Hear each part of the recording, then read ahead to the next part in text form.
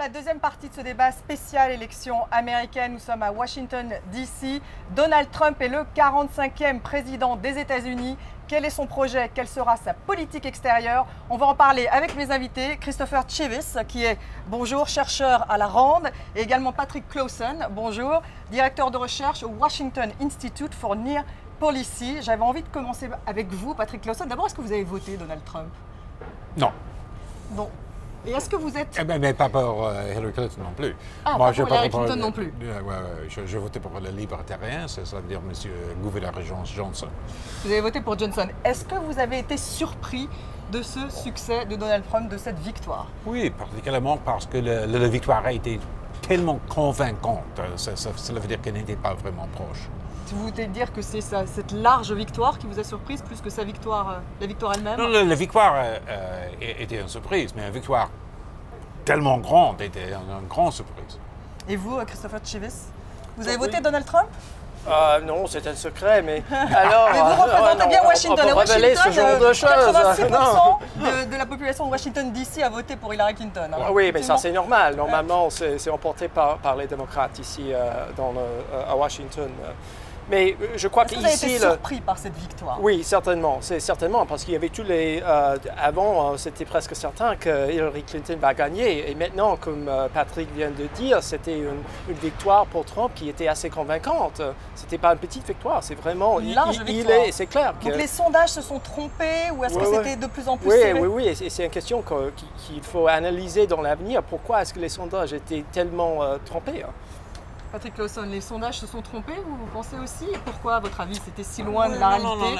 Alors qu'on savait quand même que ça serait serré, hein, a priori. Oui, mais il y a 30 ans, il y a eu deux candidats pour le gouverneur de Californie. Un était noir, le maire de Los Angeles, et jusqu'à le moment du vote elle-même, on a pensé qu'il va gagner par 5 points ou plus. Mais il a perdu par 5 points, parce que beaucoup de gens n'étaient pas prêts à dire à les chercheurs qu'on va voter contre le noir. C'est un certain nombre de votants pour Donald Trump ne le disaient pas qu'ils allaient voter Exactement, pour Donald Trump. Ça c'est une possibilité. Mais il y a aussi la possibilité que les gens qui ont voté aient un profil assez différent de ce qui était prévu. Parce que quand on fait un sondage, on devrait faire une estimation qui va voter, qui ne vote pas. Ouais. Les sondages sont peut-être peu représentatifs aujourd'hui. C'est bien possible aussi. Alors je voudrais qu'on parle de politique étrangère, parce que dans la première partie de ce débat, on a beaucoup parlé de politique intérieure et de l'issue de ce scrutin. Vous êtes plutôt un néoconservateur, on pourrait dire, un faucon? Un faucon, oui. Néoconservateur, ça a plus l'air de dire qu'on va changer la politique des régimes des autres gouvernements. Et moi, je ne suis pas tellement convaincu de ça. Alors est-ce que Donald Trump va changer les choses? Quelle pourrait être sa doctrine de politique étrangère? Parce qu'il est difficile à lire. D'après ce qu'il a parlé des intérêts américains en premier et qu'a priori, il ne voudrait pas d'intervention au nom de la démocratie. Donc qu'est-ce que ça veut dire? L'Amérique d'abord. Ça, c'est un slogan avec une histoire dans les États-Unis et ça représente la philosophie de M. Trump depuis longtemps. Cela veut dire que quand c'est nécessaire d'intervenir, il est prêt à utiliser les forces. C'est pas comme M. Obama qui est hésitant à se servir des forces. Donc il serait plus prêt à intervenir alors qu'il a été quand même très critique. Quand c'est nécessaire pour les intérêts des États-Unis, mais pas quand c'est nécessaire pour l'ordre international, pour renforcer une résolution du Conseil de sécurité de l'ONU. Non. Il ne s'intéresse pas dans les problèmes des alliés, c'est simplement dans les problèmes des États-Unis. Mais du coup, il risque d'être moins interventionniste peut-être que justement les néoconservateurs? Oui, c'est bien possible. Cela veut dire que comme président Eisenhower, qui était assez fameux, va être prêt à intervenir pour les intérêts des États-Unis, mais pas dans les autres situations. C'est la raison pour laquelle ils ont refusé à aider la France à Dien Bien Phu. Il a dit que ça n'est pas notre affaire. Pendant la guerre d'Indochine. Christopher Chivis, vous êtes d'accord avec ce que vient de dire Patrick Clausen, que ce sont les intérêts de l'Amérique d'abord et que donc ça pourrait signifier une sorte de retrait tout de même du monde ou pas de la part de Donald Trump? Je crois que c'est possible, mais c'est très difficile à savoir. Le fait, c'est qu'on vient de passer par une campagne électorale où la politique étrangère n'était pas là. A été inexistant. Ce n'était pas là. Et normalement, dans les campagnes comme ça, il y a une certaine sorte de compétition entre les candidats qui les force de former des positions claires sur la politique étrangère. Mais ce n'est pas se passé ici avec Trump. Donc, il y a une grande possibilité de divergentes politiques qu'il peut mettre en place. Mais vous pensez qu'il serait plus isolationniste peut-être justement que les Faucons, qu'aurait pu l'être d'ailleurs Hillary Clinton, qui était plutôt plus interventionniste? Je crois que vous pouvez voir peut-être une oscillation, un changement entre l'isolation à l'un côté, isolationnisme à l'un côté et à l'autre côté l'interventionnisme. Donc on peut voir les deux pendant 4 ans. Par exemple, peut-être il va commencer avec l'isolationnisme et ensuite il va trouver que ça ne va pas avec la politique et ensuite il va changer de la vie et changer de la politique. Donc c'est le genre dans lequel il a mené la campagne, c'est-à-dire le changement de politique. Il n'a pas de claire encre idéologique. Donc ça lui laisse un grand nombre d'options dans la politique étrangère. Une grande latitude en fait dans sa façon beaucoup de possibilités. De gouverner. Mais est-ce qu'il sera plutôt pragmatique, un peu, puisque finalement c'est un homme d'affaires, Donald Trump?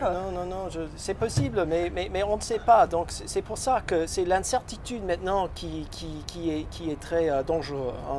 Au moyen terme, c'est difficile à changer les politiques des États-Unis parce qu'il y a toutes les bureaucraties, il y a le House of Representatives, il y a toutes les autres parties du gouvernement qui fait partie de cette politique. Donc, au moyen terme, c'est difficile. Ce sont des républicains d'ailleurs au Congrès. Oui. Mais en même temps, c'est dans le court terme, l'incertitude que ça crée avec les marchés mondiaux, avec la Russie, avec la Syrie, qui peut créer des vrais problèmes. Et Patrick Lawson, justement, les relations avec la Russie vont-elles changer? On a vu que Vladimir Poutine a été l'un des premiers leaders à féliciter Donald Trump. Oui. On a beaucoup dit d'ailleurs qu'il avait influencé sa campagne, qu'il avait été... Mais c'est deux gens qui se ressemblent. Cela veut dire que tous les deux sont un peu impulsifs. Il fait ce qu'il veut et n'attend pas ce que ses conseillers disent. Ouais. Et il peut changer d'avis et faire un jour à l'autre, il peut changer d'avis beaucoup. Et il aime se présenter comme des hommes forts. Qu'est-ce que ça pourrait changer dans la relation entre les États-Unis et la Russie, justement, cette arrivée de Donald Trump? Trump n'a aucun intérêt dans la question de l'Ukraine, par exemple, si on ne peut pas lui montrer comment ça a des implications pour les États-Unis. Pour l'OTAN, pour les alliés de l'OTAN. Donc, il se désolidariserait des alliés, Donald Trump. Ça, exactement. L'Amérique d'abord, ça se désolidarise de tous les alliés dans le monde. Et y compris, qu'est-ce que ça pourrait signifier pour le conflit syrien, par exemple, où la Russie est extrêmement impliquée? Parce que là, Hillary Clinton avait une position assez claire. Trump accepte plus ou moins comment Poutine et aussi Assad se présentent à le conflit en Syrie. C'est un conflit entre les terroristes de Daesh d'un côté et les forces de l'ordre de l'autre côté. Alors Trump, ça c'est aussi sa perspective. J'espère qu'il va le changer un peu et reconnaître que c'est plutôt les actions très féroces du gouvernement d'Assad qui incitent les gens à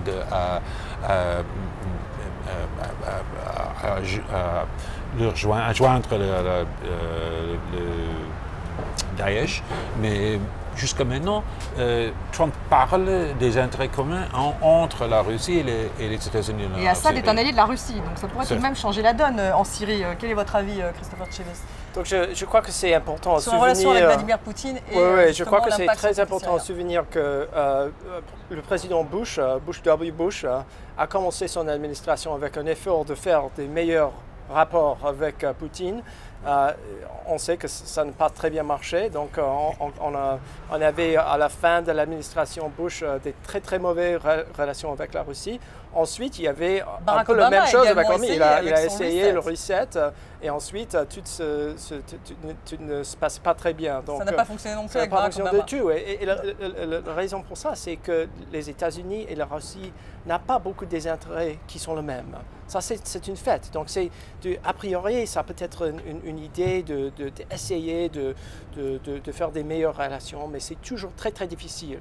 Et je crois qu'aujourd'hui, après l'Ukraine, après la Syrie, ça va être être encore plus difficile que c'était pour Bush et pour Obama. Donc moi je n'ai pas beaucoup d'espoir pour cette politique. Est-ce qu'il pourrait se désolidariser de ses alliés, comme on en parlait à l'instant, au sein de l'OTAN? Il a d'ailleurs dit, Donald Trump, il faut payer pour votre défense, oui. Sinon vous mais sortez de l'alliance. Elle a aussi dit qu'il faut que les alliés payent plus. Ça, c'est quelque chose qui est partagé, je crois, par les démocrates et les républicains.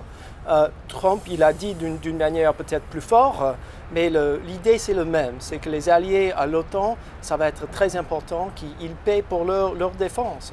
Donc il n'y a plus tout de même, je dirais, une soudure au sein de l'OTAN. On peut quand même se questionner sur la façon dont cette alliance va fonctionner avec Donald Trump. Il va changer les règles de cette alliance atlantique? C'est possible, mais on ne sait pas, parce qu'après tout, dans toutes ces affaires, toute sa carrière comme homme d'affaires, il a changé du jour à l'autre de sa perspective complètement, et on ne sait pas ce qu'il va faire. Donc vous qui êtes quand même des spécialistes de la politique étrangère, pour l'instant vous tirez à vue, si je puis dire, c'est-à-dire que vous n'êtes pas certain de ce qu'il va faire. Non, moi je pense qu'aussi lui, il n'a aucune idée de ce qu'il va faire. Il va découvrir ce qui se présente. Est-ce qu'on sait par exemple qui seront les proches au sein justement auprès de lui sur la politique étrangère? On a une idée déjà des experts dont il pourrait s'entourer? Un peu, par exemple le général Flynn était assez proche de lui et aussi il a parlé de la convention républicaine et aussi il y a des autres gens comme John Bolton et Zalmay Khalilzad, deux ambassadeurs. Donc là on est quand même dans une veine plutôt néoconservatrice? C'est ça, exactement. Ils ont écrit des articles dans les journaux qui disent Trump n'est pas totalement mauvais, ce qu'il propose a un peu de sens et tout ça, mais on ne sait pas si Trump va les choisir ou pas. Oui, par exemple, on sait très bien que dans la campagne, il n'a pas. Tous ses conseillers lui a dit qu'il faut faire ça, et il n'a pas fait. Hein? Donc pour l'instant, le suspense reste entier. Christophe Chivis, il a quand même parlé de l'organisation de l'État islamique. Il a dit la menace disparaîtra rapidement, voire très rapidement, quand je serai élu. Qu'est-ce que ça veut dire, ça? Qu'est-ce qu'il va faire? Il a dit qu'il a une stratégie secrète pour se battre contre l'État islamique. Alors, quelle est-elle, donc j'espère que c'est le cas, mais on ne sait pas. Franchement, on ne le sait pas si cette stratégie vraiment existe. Il y a une guerre en Irak en ce moment, il y a la coalition internationale, les États-Unis impliqués. Il va rester dans cette coalition, a priori cette guerre oui, certainement. La question la plus importante, c'est est-ce qu'il va essayer de faire plus de coopération avec la Russie en Syrie? Comme l'administration Obama a essayé de faire ça il y a quelques mois, ça n'a pas se passé très bien. Donc peut-être le président Trump, il va essayer encore de refaire cette coopération. Peut-être il va essayer de mettre à côté le Free Syrian Army. Ce n'est pas certain, mais c'est une possibilité qu'il peut essayer de faire. Si ça ne marche pas, ensuite, je crois qu'on va avoir une intervention militaire beaucoup plus grande qu'on a considérée depuis quelques années.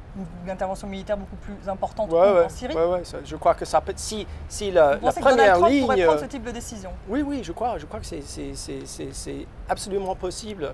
Il va essayer d'autres politiques d'abord, mais après, si ça ne va pas, je crois qu'il va essayer quelque chose de très agressif ou très large.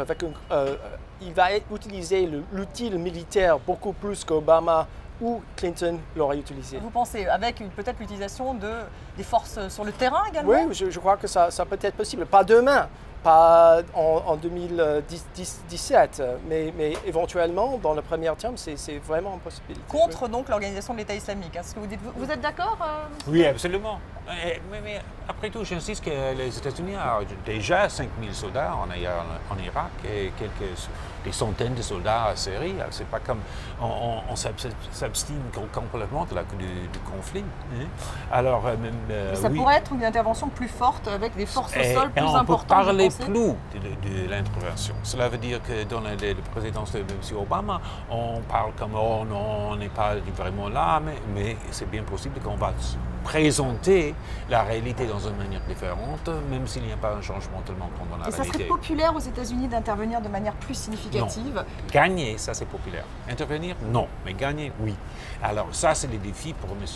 Trump. Comment il se présentait, ses politiques, comme il est en train de gagner très rapidement, mais ce n'est pas une intervention très grande. Donc il pourra en tout cas avoir une intervention militaire plus forte. Sur l'accord avec l'Iran, il était très critique de cet accord sur le nucléaire iranien. À votre avis, va-t-il revenir sur cet accord? C'est difficile à savoir. Il va y avoir beaucoup de choses à régler. Il y a la Syrie, la Russie, la Chine, Corée du Nord, tous ces problèmes. Donc, réengager dans le dossier de l'Iran, ça va être un autre problème pour lui. Donc, il y a déjà beaucoup à faire, donc je ne sais pas pourquoi. Vous pensez que le dossier iranien n'est pas prioritaire pour lui? Non, je ne crois pas. Mais malgré le fait qu'il était très critique. Hein, oui, il peut continuer à le critiquer sans faisant rien. Donc il ne faut pas faire quelque chose. Il peut continuer à le critiquer, mais en même temps en faisant rien. Vous êtes d'accord avec ça? Oui, mais j'ajoute que M. Trump, comme Mme Clinton, vont être plus forts contre la déstabilisation par l'Iran des pays de la région. Cela veut dire, par exemple, le Yémen, mais aussi dans le domaine israélien. Oui, ils pourraient se rapprocher d'Israël également, parce qu'on sait que les relations entre Netanyahou et Barack Obama étaient très mauvaises. De manière personnelle, quelle position aura-t-il à l'égard d'Israël? On savait qu'Hillary Clinton voulait se rapprocher. Qu'en est-il de Donald Trump? Oui, mais Trump aussi, de manière personnelle, a des relations assez proches, pas simplement avec M. Netanyahou, mais aussi avec beaucoup de gens proches de M. Netanyahou. Là, veut dire qu'il y a beaucoup de gens proches à M. Trump qui sont aussi proches de M. Netanyahou. Et les relations vont être vraiment... Mais du coup, sur le dossier iranien, vous êtes d'accord avec Christopher Chivis quand il dit, pour l'instant, c'est peut-être pas sa priorité? Sur le domaine nucléaire, mais sur le domaine des déstabilisations, les activités des déstabilisateurs par les Iraniens dans la région, ils vont être plus forts. Donc, qu'est-ce que ça veut dire? Qu'est-ce qu'il va faire pour justement viser cette déstabilisation? Par exemple, il peut donner plus de l'assistance les Saoudiens et les Émirats dans leurs activités à Yémen. Ils sont déjà les alliés de l'Arabie Saoudite. Donc renforcer en fait Renforcer, c'est un peu fort, mais par exemple, maintenant, on ne partage pas l'intelligence des Américains avec les Saoudiens. On peut le partager. Hein? Donc, il pourrait renforcer les relations avec l'Arabie Saoudite, ce que vous dites. Oui, c'est bien possible. Dans le domaine des renseignements. Après tout, les relations entre le roi de l'Arabie Saoudite et avec Obama étaient aussi pas exactement spectaculaires. Pas spectaculaires. Et c'est bien possible que M. Trump il se sent qu'il peut faire quelque chose pour améliorer ses relations. Et donc, ce que vous décrivez, c'est quand même un gros changement par rapport à la politique de Barack Obama. C'est un changement de ton énorme. Oui. Un changement de ton énorme. Christophe Chivis. Je voulais dire qu'il y a peut-être une contradiction... Sur cet aspect peut-être avec l'Arabie Saoudite et l'Iran. Non, mais la chose que je voulais dire, c'est qu'il faut régler la contradiction entre coopérer plus avec la Russie et être l'ennemi de l'Iran. Parce que je ne sais pas s'il sait que l'Iran, c'est l'allié le plus important de la Russie au Syrie. Donc je ne sais pas comment ça va se débrouiller. Donc ça vous semble peu clair pour l'instant? C'est pas clair. Il doit savoir tout de même. Il faut décider. Est-ce que vous êtes l'allié de la Russie et l'Iran? Et sinon? Sur la Chine, c'est intéressant, vous disiez que ça faisait partie quand même des dossiers prioritaires. On sait en plus que Donald Trump est favorable à un renforcement du protectionnisme. Donc là, la Chine est visée directement. Quel type de relation pourrait-il avoir avec la Chine? Est-ce qu'il risque d'y avoir une guerre commerciale avec ce pays? Est-ce que ça risque d'être extrêmement tendu? On peut espérer pas, mais la crise qui peut... on peut voir avec la Chine, c'est dans la Corée du Nord. C'est le pays peut-être le plus dangereux pour les États-Unis maintenant. Donc on ne sait pas comment lui, comme président, peut régler une crise au Corée du Nord. Il va être nécessaire d'avoir beaucoup de coopération avec la Chine s'il y a une telle crise. Mais s'il est en même temps dans une guerre protectionniste avec la Chine, ça va être beaucoup plus difficile. Donc là, ça pose question. Vous êtes d'accord sur cette relation avec la Chine qui doit passer justement par cette relation avec la Corée du Nord, cette difficulté? Oui, mais pour M. Trump, ce qui est plus important, c'est les relations commerciales. Hein? avec la Chine. Oui, il veut donner la priorité aux relations commerciales.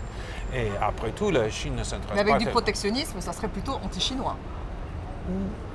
Oui, protectionnisme pas particulièrement. Ce qu'il veut faire, c'est avoir des relations commerciales qui sont plus favorables aux États-Unis. Il ne se positionne pas particulièrement en protectionnisme. Par exemple, si la Chine est prête à acheter beaucoup plus des États-Unis, il accepte. Il accepte. Mais ça risque d'être tendu avec les Chinois, alors, sur ces questions. Oui, mais ça, c'est plus important pour lui que tout le dossier de Corée du Nord. Ah bon, quid de la Corée du Nord, tout de même? Non, il ne s'intéresse pas particulièrement dans les dossiers. C'est bien possible que ça va... Vous pensez qu'il ne devrait pas s'y intéresser particulièrement? Oui, mais une crise peut éclater. Et si une crise éclate, qu'est-ce qu'il va faire? Je ne sais pas. Je pense qu'il ne sait pas, nous aussi. Il est imprévisible, Christopher Chivis, Donald Trump, pour l'instant? Oui, pour l'instant. Ça a l'air de vous inquiéter, oui, en tout cas. Et c'est ça le problème, parce que ça crée beaucoup d'angoisse, je crois, chez les alliés et partout dans le monde. Partout dans le monde, vous pensez, quel regard, justement, on porte sur Donald Trump ailleurs? Quel regard, justement, les autres pays portent-ils sur Donald Trump? Il n'est pas très positif. Oui, c'est clair que ce n'était pas... En Russie, à Moscou, je crois que c'est assez positif. En Russie, oui. Mais chez les alliés, c'est pas très... Enfin, Europe de l'Est, ça dépend des pays. Ceux qui craignent la Russie, à mon avis, sont très inquiets. Justement, en retour sur l'Europe et sur justement ces alliés, ces pays de l'Est qui craignent justement la Russie, que va-t-il faire? Parce que là, c'est vrai qu'ils se posent des questions, ces pays comme la Pologne, les pays baltes, l'OTAN. Comment va-t-il gérer ça? S'il se rapproche en l'occurrence de Vladimir Poutine. Oui, je crois qu'il a reculé un peu sur la question de l'OTAN. D'abord,